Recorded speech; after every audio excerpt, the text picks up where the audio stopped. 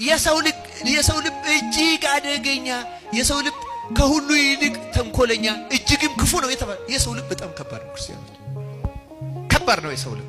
እግዚአብሔር ልቡናችን ያጽዳልን። ክርስቲያኖች የእውነት ነው የምነግራችሁ፣ ልባችን በጣም ከባድ ነው። እንደምናስበው ቀላል አይደለም። እንደምንገምተውን ክርስቲያኖች አይደለም። ለራሳችን እንደሚመስለንም ቅኖችና የዋሆች አይደለንም። ብዙ ተንኮል፣ ብዙ ድካም፣ ብዙ ክፋት ያለብን ሰዎች ነን። ተንበርክከን ፈውሰን እፈወሳለሁ፣ እጠበኝ እነጻለሁ ነው ያለው እኮ ዳዊት አይደለም ያለው? በሂሶጵ እርጨኝ አለ እነጻለሁ አለ።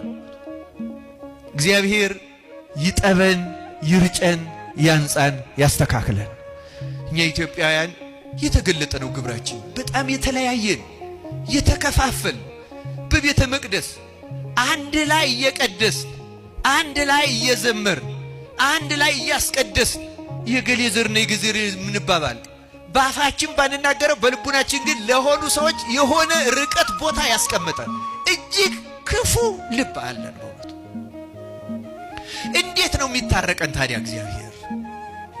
ለምን እንወቅሰዋለን እንዳልሰማን እንደሌለ?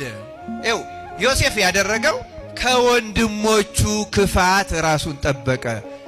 ከሰማነው ካስያዙን በቃ ትብትብ አድርጎ ከያዘን ክፋት እግዚአብሔር ያላቀን። ክርስቲያኖች በጣም እንዴ ይሄማ ትክክል ነው እንላለን አንዳንዴ። ይሄማ ትክክል ነው እንዴ? ምኑ ነው ትክክል? ክርስቲያኖች በእውነቱ ይሄ በጣም አደገኛ ነገር ነው። ጊዜ ቢኖር ሰፋ አድርጎ መናገር ይገባ ነበረ። ሰፊ ድክመታችን ነው። ልባችን ብዙ ድካም አለው። እግዚአብሔር ከዚህ የልብ ክፋት ነፃ ያውጣ። እግዚአብሔር ልቡናችን ከተስተካከለማ አንዴ ነው የሚመለሰው። ክርስቲያኖች አንድንም ሰው አይተው።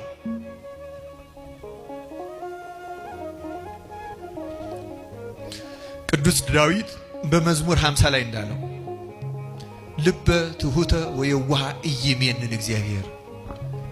ትሁት እና የዋህ የሆነውን ልብ እግዚአብሔር በፍጹም አይንቅም ነው የሚለው። እንግዲህ ተመልከቱ ክርስቲያኖች፣ እግዚአብሔር የማይንቅ ከሆነ አድልቶ አይደለም የተወነን፣ ልቡናችን ትሁት የዋህ ስላልሆነ። ክርስቲያኖች እግዚአብሔር የማንንም ልቡ ትሁት የሆነ ማንኛውንም ልብ እግዚአብሔር አይንቅም። ችግሩ ያለው እዚህ ውስጥ ነው ክርስቲያኖች፣ ልባችን ውስጥ ነው ያለው መሰረታዊ ችግሩ። እንቅፋታችን ሌላ አይደለም ክርስቲያኖች፣ የኛው የራሳችን ልቡ ነው። ይህን ጾም እንጠቀምበት። በሽተኛ ካልሆን በቀር ረዘም ያለ